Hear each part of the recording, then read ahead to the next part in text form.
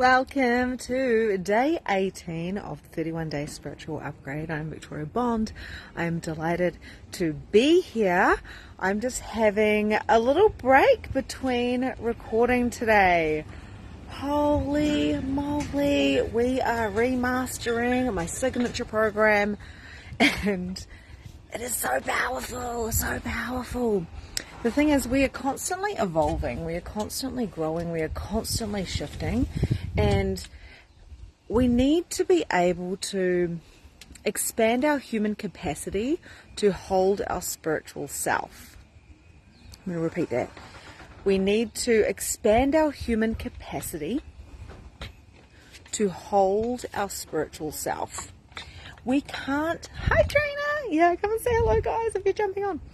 We can't have everything all at once. Now, it's a little bit of a paradox because yes, we can have everything all at once, but we have to learn how to hold it. Hey Alita, can everyone be successful? Can everybody be a medium? Can everyone be an entrepreneur? Can everybody run a marathon? I believe abso-freaking-lutely. If you has anyone ever watched what is it called, with Reese Witherspoon, and it's like she becomes a lawyer? Oh my god, I can't believe I don't remember what it's called, but she is blonde and she's wealthy and her parents are beautiful and they're like, oh, you're so beautiful, you know, you don't need to do anything, life will come to you. And she's like, I want to go and be a lawyer. And she became Legally Blonde. Thank you, Trina. Yeah, it popped in my head and then I saw that. And she does. We can be and do anything we actually desire to be and have. I'm going to go upstairs. So it's so important to be able to tap into your future self, which is something that we've been talking about quite a lot recently. I just did like a whole training about future self. So I'm going to talk to you about, you know, thinking bigger than what you think is possible, but also people come to me and they go, I don't know if I want to be a medium. I don't know if I have what it takes. I don't see dead people. I want to work with you, but I'm not a medium. Like, I remember my client Dawn, she said, I was like, when are you going to come and do magnificent mediumship? You've done like everything. So when are you going to do it? Like, it's a bit strange you haven't done it. And she goes, I just don't see myself as a medium. And I said, well, actually, it's about being who you are. It's about developing your skills as a soul, as a spirit. It's about holding, with your human body, holding the capacity to be your superpower, to step into your genius, right? If you're jumping on, come and say hello. So, hey, Tanya. Hey, Naila. Victoria. So bad with names. So, I did a video yesterday. It's a YouTube video be coming out. And I said, literally, everyone is a medium. Mediumship comes in many different forms. You don't have to need to be a medium like Tyler Henry or all the famous mediums that, or do like whatever. You don't have to. A lot of people want to help mysteries and help like cases like murders and all the missing people and stuff like that. I used to love the New Zealand program, which was I can't remember what was that called, Trina? It was like, you know, the mediums came on and they were like finding you know, these bodies, and or trying to find these bodies that went missing in New Zealand, but they never found any bodies. But they were so accurate in what they were doing. I loved that program. Sensing Better. Thank you, Trina. My fellow New Zealander. So I loved it. And I remember people saying, I remember my mother-in-law and my sister-in-law going, this is bullshit. And I was like, it's not bullshit. But would I want all my bones to be dug up? I don't think so. Like, leave me under the fucking tree, please. So it's really interesting. we have an idea of what mediumship is, but the truth is everyone is a medium, and we're meant to bring these skills into our everyday life as psychologists, as school teachers, as factory workers, as mums who work at supermarkets, as school teachers. We are meant to, and what I said to Dawn was like, who was an early childhood teacher, and now she's got her own programs, and she's worked with me and created her own, literally her own movement with human design and stuff. It's so cool. I said to her, like, it's like a toolbox for living, for life. And she said she brings everything into her containers now, into her teaching, even with her children, learning about energy. But she's not necessarily a person that you go to and go, can I please have a psychic reading, right? But she uses this. So we use the gifts that we get, like Reiki and energy and healing. And I'm going to do a really cool thing in the spiritual membership tonight, which is like a clearing karma from the earth and actually transmuting it. Talani! I've been thinking, I was going to message you today and go, what's happened to Talani? She's fallen off the face of the earth. Hello and welcome back. So everyone can be a medium, but not everyone has what it takes. What do I mean by that? To be a medium, you have to literally eat fear for breakfast. To step into who you truly are, unapologetically, for me, was the scariest thing I ever did. My best friend just stopped wanting to go for walks with me when I started sharing how much money I was making and I was empowering others to tap into their spiritual gifts. Literally, I had, like, even one of my best friends said, you know, people are talking about you in this town about how you're making money from your spiritual gifts. And I said, what are they saying? I'm curious. Please tell me. And she said, they're saying that you shouldn't be charging for your God-given gifts. And I said, that's interesting. And I said, those people aren't meant to be doing my programs. Those people aren't meant to be following that. They're not following my free communities. They're not here right now. All those people aren't here right now watching this, right? So the fear comes up of you going a bit too weird, or you becoming a bit too wealthy, or you being a little bit too fucking happy. And people, there's like, my coach says, there's always a war on happy people. There's a war on happy people. She's too happy, she's too pretty, she's too wealthy, she's too spiritual, and they're going to try to nitpick you. And I've had people nitpick me in my own communities, messaging me, telling me how to do my fucking job. And I'm like, sweet ass, thanks. You know, so you've got to be willing to be judged, to be a medium, to be a spiritual being, to be, sorry, I'm trying to like find the light here. Like, I'm not really doing a very good job here. Oh my goodness. So you've got to be willing to eat fear for breakfast. You have to literally be willing to have naysayers. You're going to be willing for people not to like you, right? And I really did care. Now I don't. Now I'm like, if you don't want to be my friend anymore because I'm more of me, that's the thing. You'd be more of you. Everyone can be a medium, but not many people have what it takes because they give a shit about what other people think about them too much. They won't put themselves out there. They won't say, hey, I'm trying this thing. You know, I didn't get tattoos. Okay, example, I didn't get tattoos until I was in my 30s. I didn't have a nose ring. I don't know where I took it out. I got my boobs done. And I was petrified when I was getting these things done. I was like, this is so scary because I gave a shit what other people thought. I really, really, really cared. People don't like what they don't have or understand, so try to bring you down. Yeah, 1,000%. So you've got to have courage. Fear doesn't go anywhere. I was just talking about this in the trainings that I've been recording. Fear doesn't go anywhere. It just comes with you.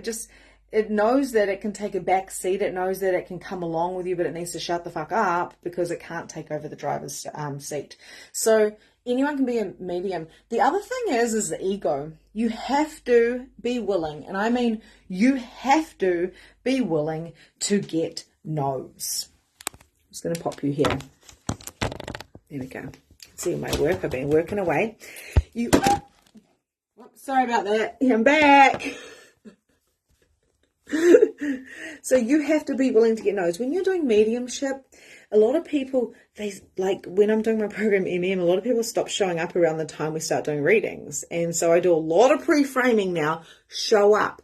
Your busyness is going to show up. I don't have enough time. I'm tired. I get it. Sometimes we're busy and we're tired, but a lot of the time we're using it as a distractor.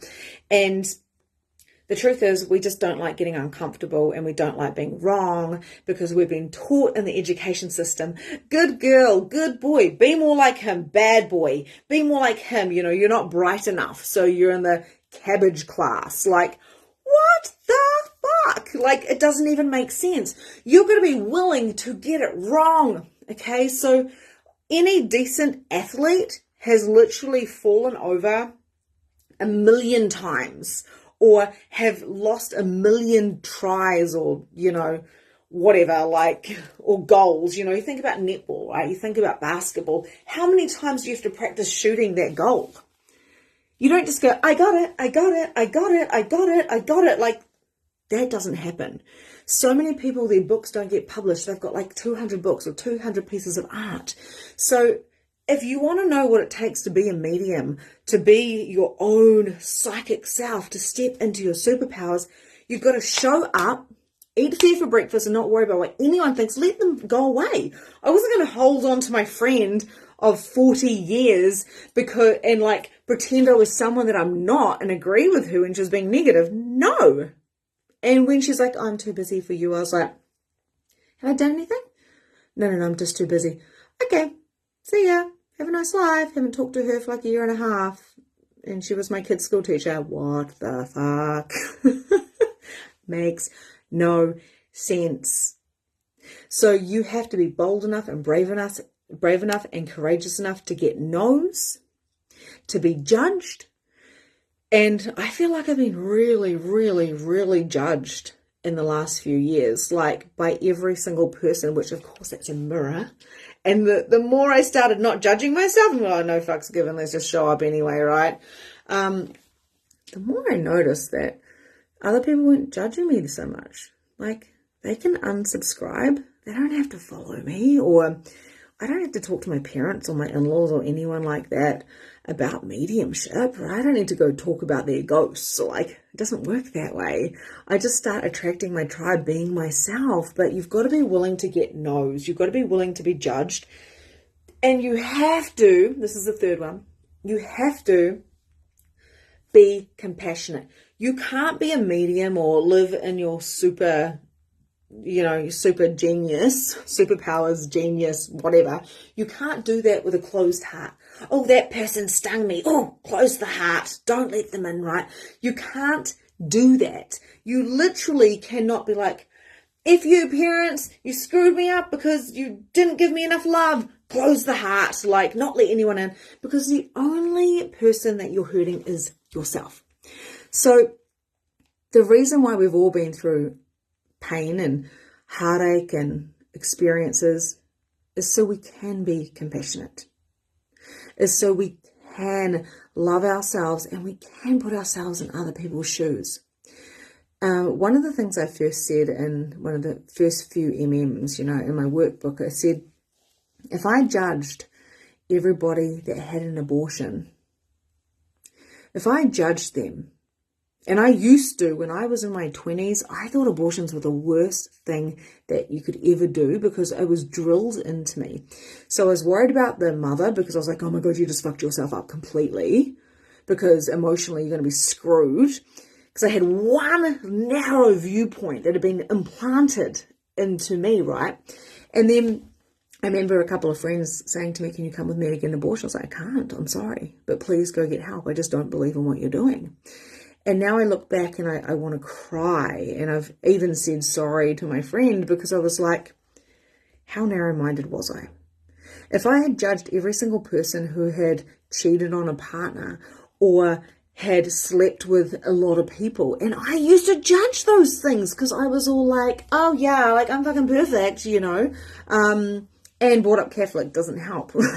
So what actually happened was, if I judge those things, let me finish my thought here, I would not be able to talk to baby spirits. Or if I judge people that have taken their own lives, if I had the point of view that those people were selfish, I wouldn't be able to talk to spirits that have taken their lives. And I've talked to dozens of them. That is something that I niche in, is I talk to those who have taken their own lives.